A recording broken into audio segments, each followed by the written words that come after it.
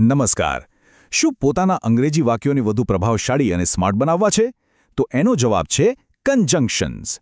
હા, આ એવા જાદુઈ શબ્દો છે જે નાના નાના વાક્યોને જોડીને મોટો પ્રભાવ પાડે છે. તો ચાલો આજે આ શક્તિશાળી સાધનોને સમજીએ. ક્યારે એવું લાગ્યું છે કે અંગ્રેજી વાક્યો થોડા રોબોટ જેવા આમ તૂટક અને વારંવાર એકના એક શબ્દોવાળા લાગે છે? જો હા, તો આ એક સામાન્ય સમસ્યા છે. પણ સારા સમાચાર એ છે કે એનો ઉકેલ બહુ જ સરળ છે. અહીં જુઓ, બે રીત છે. એક છે રોબોટની રીત. રોહન ક્રિકેટ રમે છે, રોહન ફૂટબોલ રમે છે. સાચું છે, પણ સાંભળવામાં થોડુંક કંટાળાજનક છે, ખરું ને? હવેલી સરખામણીમાં આર્કિટેક્ટની રીત જુઓ. રોહન ક્રિકેટ અને ફૂટબોલ રમે છે. બસ એક નાનકડો શબ્દ અને એટલે કે એન્ડ ઉમેર્યો અને વાક્ય કેટલું સ્માર્ટ અને સહજ બની ગયું. આ જ તો કન્જંક્શનની તાકાત છે. તો આ કન્જંક્શન છે શું? એકદમ સરળ શબ્દોમાં કહીએ તો એ ભાષાનો ગુંદર છે. એવા શબ્દો જે બીજા શબ્દો, શબ્દ સમૂહો અને આખા વાક્યોને એકસાથે ચોંટાડીને એક સંપૂર્ણ અને અર્થપૂર્ણ વાક્ય બનાવે છે. બિલકુલ આ પઝલના ટુકડાઓની જેમ જે જોડાઈને એક સુંદર ચિત્ર બનાવે છે. ચાલો તો આપણા વાક્ય બનાવવાના ટૂલકિટમાં સૌથી પહેલા અને સૌથી અગત્યના સાધનોથી શરૂઆત કરીએ. આ એવા બેઝિક કનેક્ટર્સ છે જેનો ઉપયોગ આપણે રોજિંદા વાતચીતમાં સૌથી વધુ કરીએ છીએ. સૌથી પહેલું અને સૌથી જાણીતું છે એન્ડ એટલે કે અને. એનો ઉપયોગ એક સરખા વિચારો કે વસ્તુઓને ઉમેરવા માટે થાય છે. જેમ કે ચા સાથે બિસ્કિટ, તો આપણે કહીએ ચા અને બિસ્કિટ. બસ એ જ રીતે મને સફરજન ગમે છે અને મને કેરી ગમે છે જોડાઈને બની જાય છે મને સફરજન અને કેરી ગમે છે. એકદમ સરળ. હવે વાત કરીએ ઓઆરની, જેનો અર્થ થાય અથવા કે.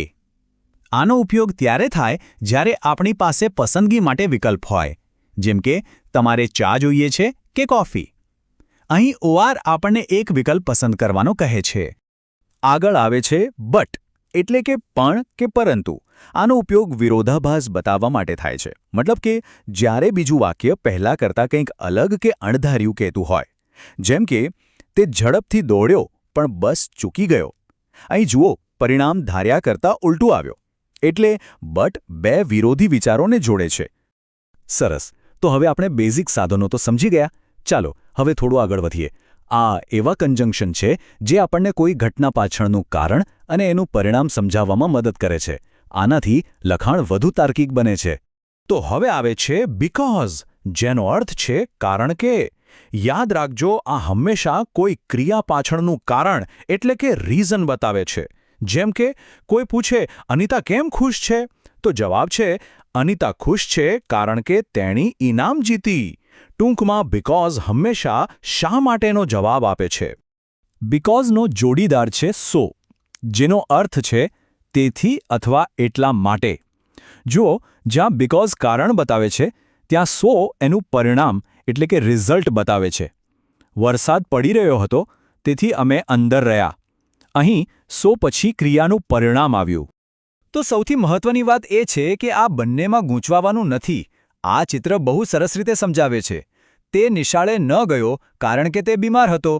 અહીં બીકોઝ કારણ તરફ ઇશારો કરે છે. અને તે બીમાર હતો તેથી તે નિશાળે ન ગયો. અહીં સો પરિણામ તરફ ઇશારો કરે છે. બસ એટલું યાદ રાખો. કારણ કે બોલવું હોય તો બીકોઝ અને તેથી બોલવું હોય તો સો. બરાબર. તો ચાલો હવે આપણા ટૂલકિટમાં થોડા એડવાન્સ સાધનો પણ ઉમેરીએ. આ એવા કન્જંક્શન્સ છે જે આપણા વાક્યોમાં શરતો, સમય અને ચેતવણીઓ જેવી વધુ ઊંડાણવાળી માહિતી ઉમેરશે. આ છે આઈએફ એટલે કે જો તો. આ શબ્દ એક શરત એટલે કે કન્ડિશન મૂકે છે. જો એક વસ્તુ થશે તો જ બીજી વસ્તુ થશે. જેમ કે જો કોઈ મહેનત કરે તો તે પાસ થાય છે. આઈએફ અહીં સફળતાની ચાવી જેવું કામ કરે છે. આગળ છે વેન, જેનો અર્થ છે જ્યારે ત્યારે. આનો ઉપયોગ સમય બતાવવા માટે થાય છે કે કોઈ ઘટના ક્યારે બની.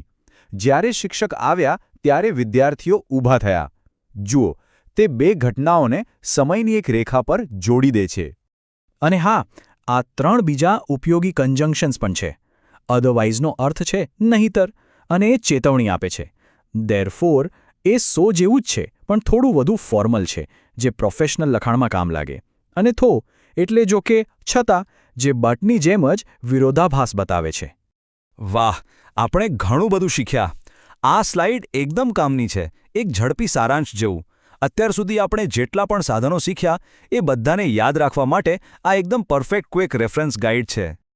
સારું, થિયરી તો બધી સમજાઈ ગઈ, પણ હવે એને અમલમાં મૂકવાનો સમય છે. તો ચાલો થોડી પ્રેક્ટિસ કરીએ અને સાચા સેન્ટેન્સ આર્કિટેક્ટ બનવા તરફ આગળ વધીએ. ઓકે, આ છે લેવલ 1 એન્ડ, ઓર કે બટમાંથી સાચો શબ્દ પસંદ કરવાનો છે. થોડીવાર માટે વિડીયોને પોઝ કરીને પ્રયત્ન કરી શકાય છે.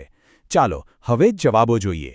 પહેલામાં બટ, બીજામાં ઓર, ત્રીજામાં એન્ડ અને ચોથામાં બટ. આશા છે કે બધા જવાબો સાચા પડ્યા હશે. હવે છે લેવલ 2, જે થોડું ટ્રિકી છે. સો અને બીકોઝ વચ્ચે પસંદગી કરવાની છે. યાદ છે ને? બીકોઝ કારણ બતાવે છે અને સો પરિણામ. ફરીથી થોડો સમય લઈને જાતે પ્રયત્ન કરી જુઓ. ચાલો ચેક કરીએ. પહેલામાં સો, બીજામાં બીકોઝ, ત્રીજામાં સો અને ચોથામાં બીકોઝ. આનાથી કારણ અને પરિણામનો તફાવત એકદમ સ્પષ્ટ થઈ જાય છે. અને હવે ગ્રેન્ડ ફિનાલે. જુઓ કે કેવી રીતે અલગ અલગ કન્જંક્શનને જોડીને એક લાંબુ, અર્થપૂર્ણ અને પ્રભાવશાળી વાક્ય બનાવી શકાય છે. મારે ક્રિકેટ રમવું હતું, પણ વરસાદ પડી રહ્યો હતો, તેથી હું ઘરે રહ્યો અને ટીવી જોયો. આ એક જ વાક્યમાં વિરોધાભાસ, પરિણામ અને ઉમેરો બધું જ આવી ગયું.